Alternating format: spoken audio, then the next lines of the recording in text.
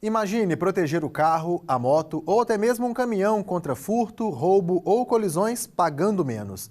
É o que oferecem as associações de proteção veicular.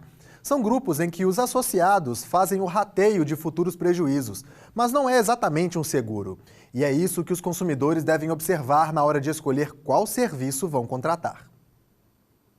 Gilbert se tornou motorista habilitado há 11 anos. Aprendeu em casa lições sobre como proteger um bem. Meu pai falou assim, olha, seguro, antes de tudo, você tem que ter um seguro, não sai com o carro sem. Só tirei o carro, bati a chave e saí andando com o carro a primeira vez quando já tinha o seguro contratado. Já a Isabela dirige há menos tempo. Optou por uma proteção veicular, contratada junto a uma associação. Primeiramente, eu acho que o que mais salta aos olhos é o valor. Podemos ressaltar também a transparência, a proximidade das associações e considerar também que as associações de proteção veicular, elas não têm uma visão de lucro, elas não têm interesse em lucro, elas visam resguardar mesmo o interesse dos seus associados. E ali aquilo no resultado final dá uma diferença para o bolso da pessoa que precisa utilizar essa proteção. A oferta de serviços de proteção veicular ganhou popularidade. Estima-se que hoje existam 2.500 associações em atividade no país, movimentando aproximadamente 4 bilhões de reais por ano. O Brasil tem ainda 26 seguradoras operando no segmento automotivo, protegendo aproximadamente 17 milhões de veículos. Só nos primeiros 5 meses de 2019, arrecadaram um total de 14 bilhões de reais. Renato é o procurador-geral das entidades de socorro mútuo. Ele conta que essa modalidade de se resguardar contra danos a um bem já era prevista no Código Civil de 1916, mas caiu em desuso e ressurgiu nos últimos 20 anos. Primeiro pelas mãos aí de caminhoneiros, transportadores de cargas inflamáveis, cargas valiosas, veículos principalmente. Aqui em Betim, muitos transportadores de veículos eles têm acesso ao seguro do cavalo mecânico, mas não têm acesso ao seguro da carreta, da cegonha que transporta os veículos. Então os transportadores começaram a se unir para ratear esse prejuízo. Isso foi crescendo através dos caminhoneiros. Chegava ao ponto de um caminhoneiro com um conjunto, o caminhão e a carreta, de R$200 mil, ter um preço anual de seguro de 40, 50 mil, totalmente inviável. Segundo ele, uma das diferenças entre seguradoras e associações de proteção veicular é que as últimas são menos restritivas para selecionar clientes. Com todas as restrições oferecidas aí pelo mercado de seguros, cada vez mais pessoas são excluídas desse mercado e perdem a oportunidade de proteger um bem. Existem pessoas que nunca tiveram essa oportunidade, seja pelo CEP onde residem, por ter um nome no serviço de proteção ao crédito e vários outros aí requisitos que as seguradoras exigem. Daí a importância das associações. Elas possibilitam essas pessoas que nunca tiveram ou deixaram de ter uma oportunidade de proteger o bem, essa possibilidade. A atuação das cooperativas de proteção veicular começou aqui em Minas Gerais, nos idos de 2003 e 2004. Uma das principais diferenças entre a proteção e o seguro diz respeito à regulação.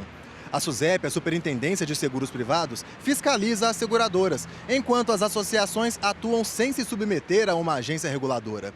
E essa liberdade para trabalhar tem levado a SUSEP a ajuizar ações tentando coibir a atuação das cooperativas. Nessas ações, a SUSEP tem vindo pedir a aplicação das penas. São penas altas, multas altas e a interrupção das atividades. Do ponto de vista administrativo, também há previsão de algumas penalidades pecuniárias, que sempre são altas, só que como elas não são caracterizadas como seguradoras, elas vão rebater isso judicialmente. Em nota, a assessoria de imprensa da SUSEP esclareceu que supervisiona o mercado de seguros e resseguro, capitalização e previdência complementar aberta.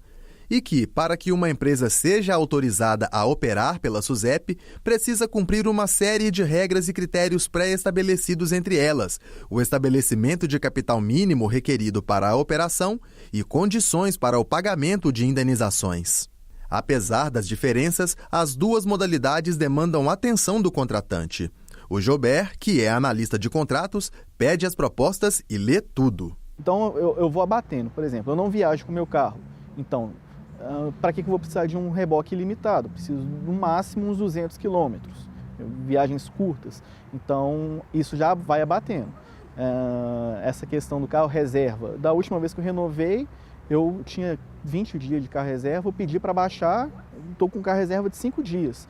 Por quê? Hoje, com a facilidade que você tem de aplicativos, de mobilidade mesmo, se eu ficar sem carro, dá para se resolver de outras formas, não necessariamente pagar a mais para ter um carro reserva por um período grande. A Isabela, que é advogada, também sabe a importância de se pesquisar sobre a associação escolhida. Como tudo dentro de um contexto nacional, você tem os bons e tem os ruins. É onde as pessoas têm que realmente procurar saber quem é a associação, quem é a gestão dessa associação, qual é a forma de trabalho deles, acompanhar o seu regulamento, estatuto, prestação de contas. Por quê?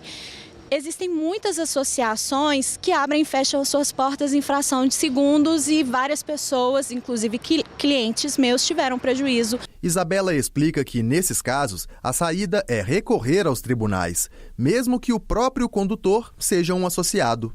Então, uma vez que eu ajuizo uma ação porque eu fui lesado por aquela associação, eu estou contra o CNPJ, a pessoa jurídica da associação, e não contra os associados. Porém, se ela fechou as portas, aonde eu vou achar a resposta para isso tudo?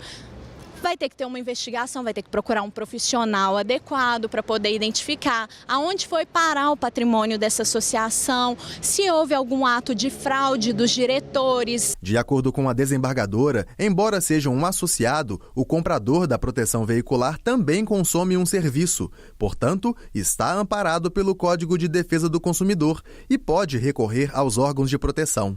PROCON, juizado especial, tentativa de um acordo extrajudicial, nos mesmos moldes que seria como seguradora normal.